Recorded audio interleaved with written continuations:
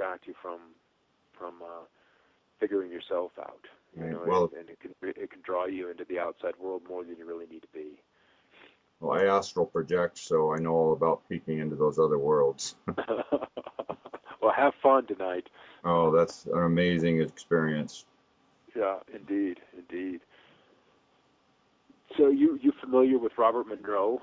Oh The yes, the Monroe Monroe Institute? Institute. Oh yeah, Yep. Yes. Yeah. he's done some fantastic work there. Uh, Yeah, he did.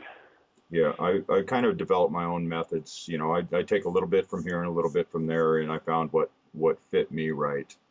Yep. And That's what you have to do. You have to find what works. absolutely, each one of us is different, and each one of us has our own path to walk. So. Uh-huh. With me is, oh, go ahead. No. Go ahead, man.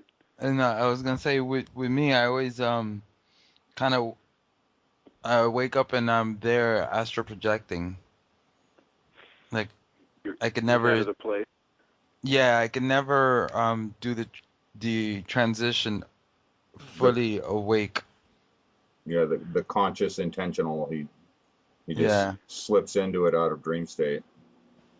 Yeah, that's a gift that when you're capable of doing that, and then at some point you'll realize instead of projecting, you don't have to go out and about, but that you can go in and up. Well, that's what it is. Okay. That's what it is. There's the two different schools of thought, and what's out there is in there. As above, so below. Yep. Where is it? Yep. It's bowling. What are our planes doing? Did you say? Yeah. Oh. We have a 37 for sale. Here's one thing I find kind of amazing and weird at the same time. In Japan, and maybe I'm not noticing them because back in New York City where I grew up, I used to see them. I remember seeing them as a kid when I was around 5, 6, and I'm 34 now. So this is the early 80s, late 70s. But here in Japan, I seen the contrails, but I haven't seen any chemtrails. And the reason why I'm bringing this up is because there was a gentleman named Michael Mulfer. I might be mispronouncing his name, and he supposedly has a tie with I think you mean Benjamin Fulford. yeah, Benjamin Fulford. Oh, Benjamin. I know Benjamin. Yeah, he supposedly has a tie with these like a band of assassins, of Asian assassins. And according to what I heard from him, they threatened the people behind this whole chemtrail thing and said not to do it over Asia. I haven't seen any here, so it makes me wonder whether that story is true or not. I've seen them over Beijing. Oh, you have? Okay. Yeah, I've seen them over Moscow, and all within the last year. It was interesting because there were some over Beijing during the Olympics in 2008, and that Well, was they admitted that they were doing some kind of weather modification. Yep, they did, and they'd like to admit about UFOs and disclosure and artifacts on the moon. You know, the Chinese are going to have a heyday, you know, fussing over the American intelligence and the NSA. You know, the Chinese could really, really bring down the Western powers by telling a little bit of truth. Yeah, I or hope at least, they do. You know, telling secrets. At some point, it's going to happen. That's just part of the path to disclosure, and they'll use disclosure to keep the population agitated and in fear. You know, because the reality is being moved, and people don't like that. People don't like change. But that is the one thing that is certain here in the lower worlds is change. You know, so you think we would have figured, the religions would have figured that out, and we kind of would have embraced our reality, but that hasn't been the case. The reason I don't think you see many chemtrails over Japan is that I don't think they do, or at least the powers that be don't do a lot of weather engineering over there. The storms come off of Russia, they come off of China, and boom, they're there. So they can do some course steering, and so you're going to get fantastic geometry in the clouds. The chemtrails allow the precision of the weather engineering to be refined, and that keeps bizarre shapes out of the cloud patterns. But if you're not allowed to fly over North Korea, if you're not allowed to fly over China and Russia, then you're just going to have to do it by view from satellite, and it's not going to be as finessed because the chemtrails give them data. They give them observational data. They give them wind speeds and temperatures and all of those things with those fleet of planes flying through the atmosphere, and then it gets very, very intense as you get off the west coast of the U.S., all through the U.S., and also very, very intense from Iceland into the U.K. as they entrain and steer and adjust the weather as it moves on to the continents. So, yeah, I just don't think there's a lot of Western power weather engineering that happens just upstream from Japan, and they're not capable of flying aircraft there, so you don't see them. I was a witness to a few things that amazed me. One of them was they were spraying chemtrails over James Ranch during the conference. Tom was there, and Tom can tell you it was ridiculous how much they were spraying. He's talking about James Gilliland, ECETI Ranch. The ECETI, yeah. Yeah, and there was the one day that they were spraying ridiculous, and James just turns to me and said, "Watch this." And then he just did a little prayer, and I guess he called in the higher dimensional beings, and this gust of wind was so strong that everybody's tent was getting blown out. But the chemtrail it just became a clear day in several hours. All the clouds that came from the chemtrail were gone. And there was another time that they were spraying at nighttime, and so we couldn't see the stars and watch the ships fly over. And people were drumming, and I don't know if you were there, Tom. And yes, I was. When it was cloudy everywhere, and we cleared the sky directly above the ranch. Yeah, and we just put our intentions and clear the sky. So I was gonna mention if you know any techniques or anything in particular, because I've seen it, so I know it's possible that we as human beings can actually, if you're in the area you live, you're getting chemtrail a lot, how you can do it. I think you've just explained it. Yeah, I think it's intention. It's all intention and faith.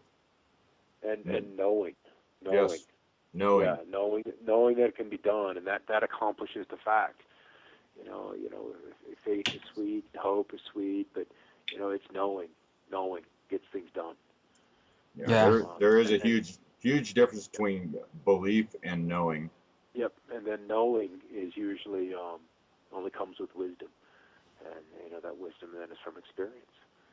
So you're at the point where you know it can happen, and that makes you a far more powerful being in that kind of action in the skies than most other people.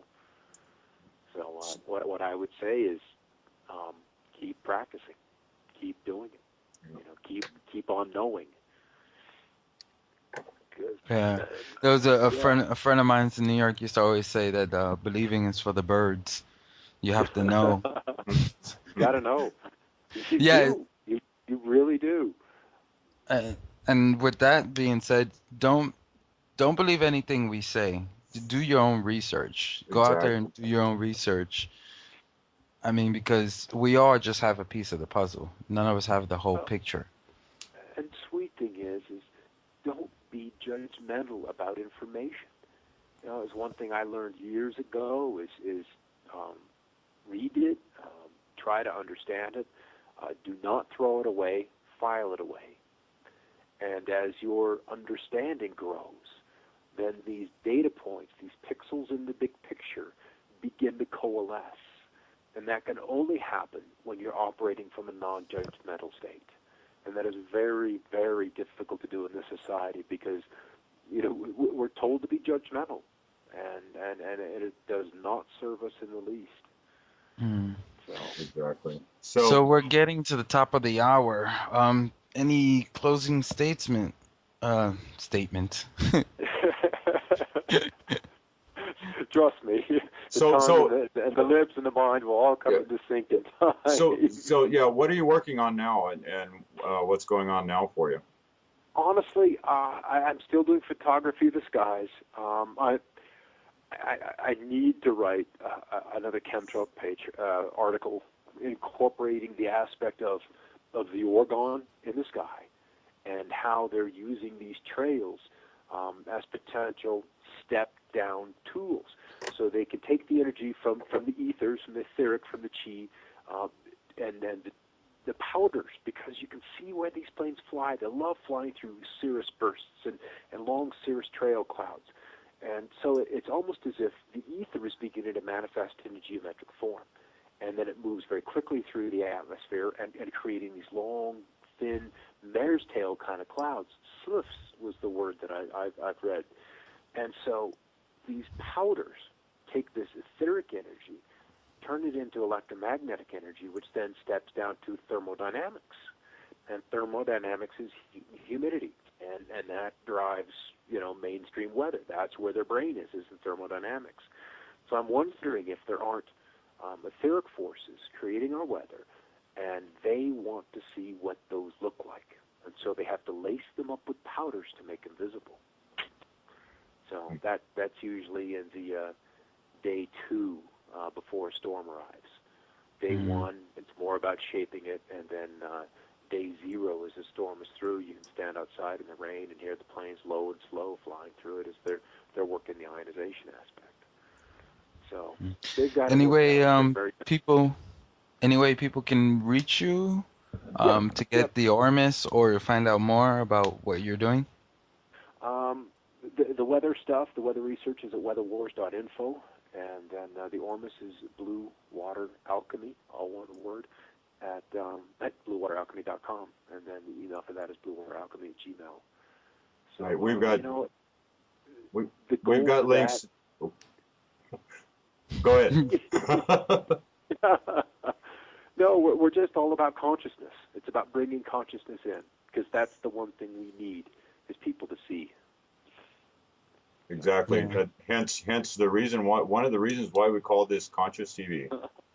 So right on, guys. That's yeah. So well, I think we have links to both those sites on our on both BBS and on our webpage at conscious-tv.com. And I'd encourage anybody to stop in there and support us if you can, and check out the material we got going on there. Speaking of consciousness, I'm doing the Emoto rice experiment. I'm documenting it and taking pictures every day of it on the website.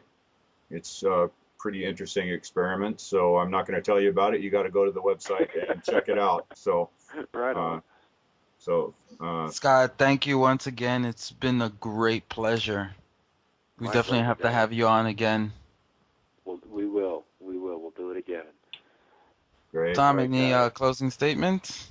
I just want everybody to enjoy this holiday season. Everybody be safe driving to wherever you're going, to Grandma's house, through the woods and over the snow and all that stuff. And send me some turkey in Japan, please. This is an absolutely amazing time to be alive, and just being here right now is a gift.